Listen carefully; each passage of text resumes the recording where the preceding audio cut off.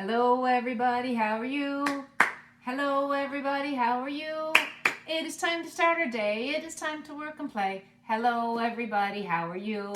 Hi everyone and welcome back. We are going to explore our last continent together. We have looked at 6 of them and we are going to look at the 7th one today. There's only one left on our list, so let's sing our song and see if you can remember which one we haven't learned about right yet. You ready? North America, South America, Europe, Asia, Africa. Don't forget Australia. Don't forget Antarctica.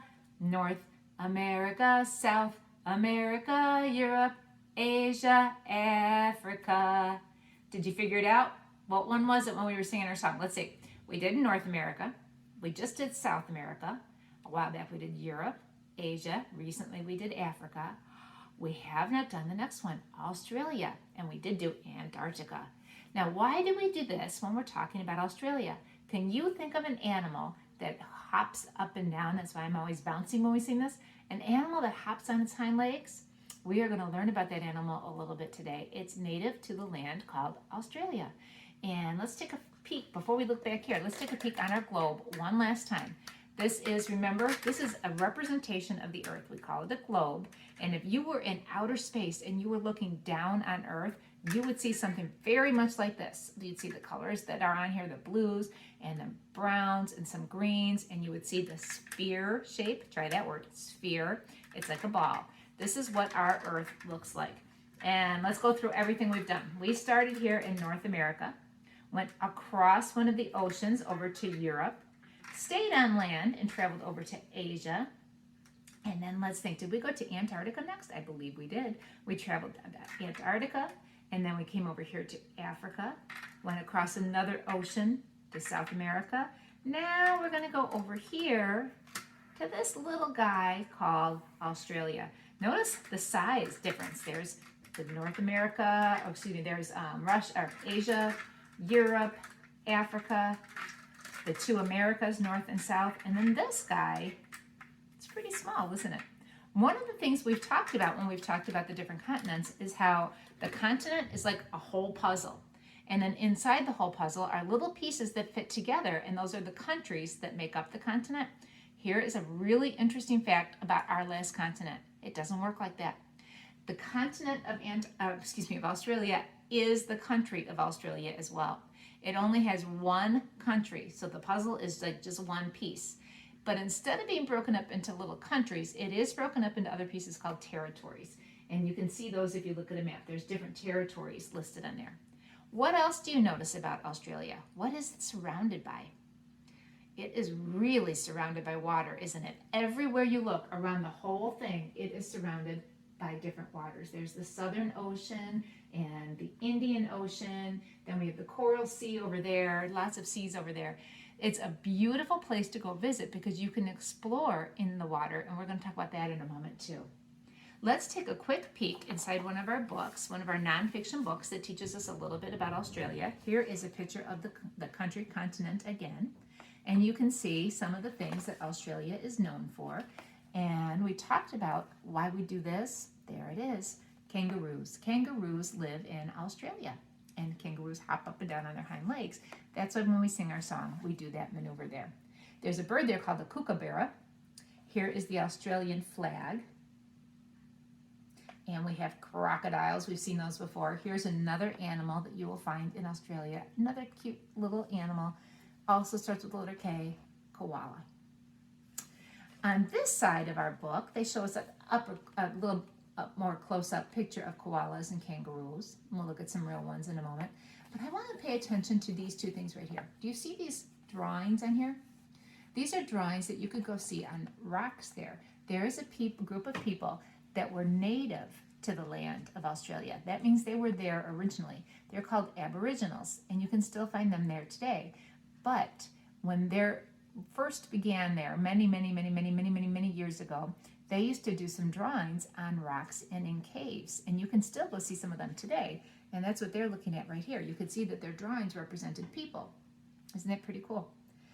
And then down here, when we were in South America, we talked about the rainforest and the beautiful vibrant colors and all about it.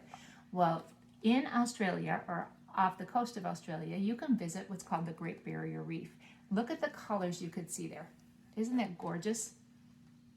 They're just absolutely stunning. The coral that's there, the fish that live there, all the different animals and wildlife that lives there, is just beautiful. And it's known as the rainforest of the sea. I thought that was kind of special since we just visited the rainforest. It's the rainforest of the sea. We're going to take a look at a picture of that in just a moment as well. So, in Australia, like I said, there are two animals that they are really known for. So let's pull our board over.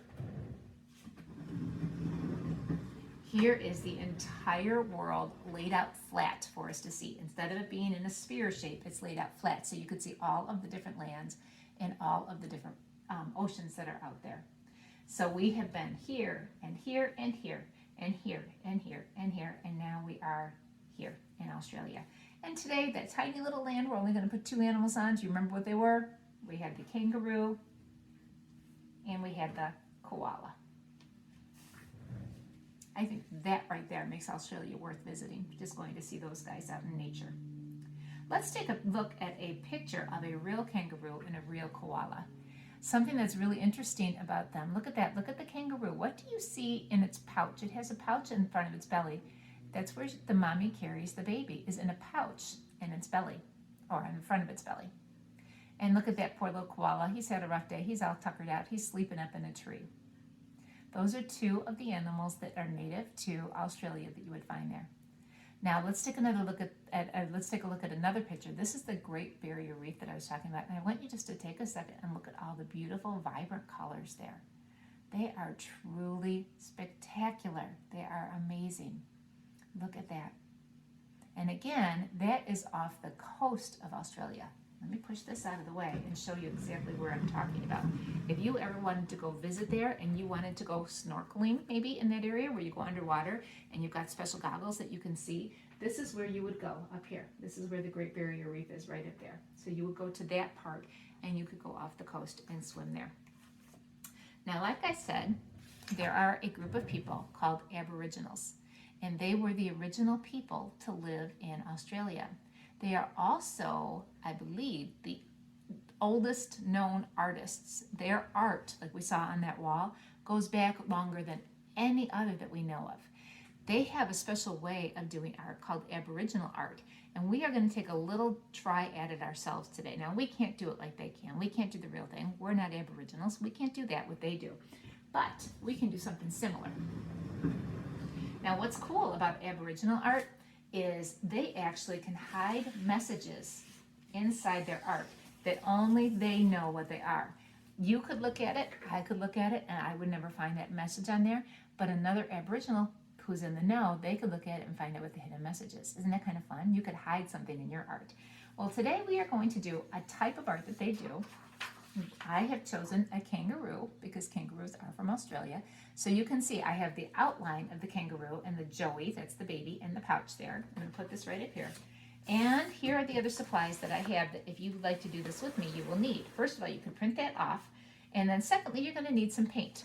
I have a little palette of paint here. The colors I chose today, I've got a yellow, I've got a green, a red, and a blue.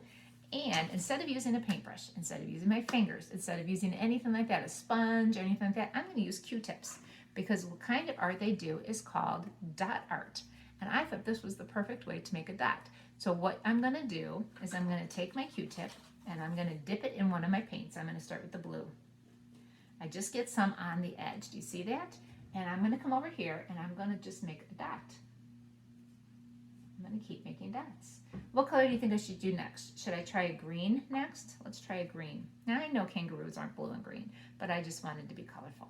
So I dip that one into here. I get some green paint on my Q-tip and I make some more dots. Now, do you think this is a fast way to paint or a slow way to paint?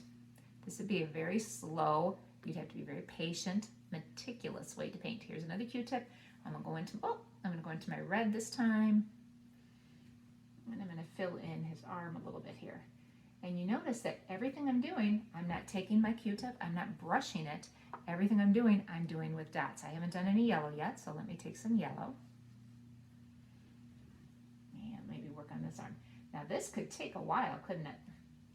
By the time I get all these dots on there, that could take a while. Let me go back to some more blue.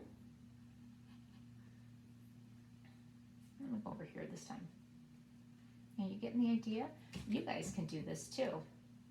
All you need is a Q-tip or another way to make a dot. And you can have an outline of a picture that you can fill in, or you can just make your own.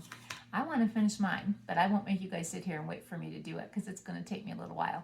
But you can print off this picture of this kangaroo, and you can try your hand at dot painting today and see how you do. Well, thanks for visiting all the continents with me and for learning a little bit about each one while we were there, and for learning our song with me. I'm glad you guys could come along as we visited these beautiful places. Take a while and explore them. Look on the internet, find out some more information, and have fun dot painting. Bye, everybody.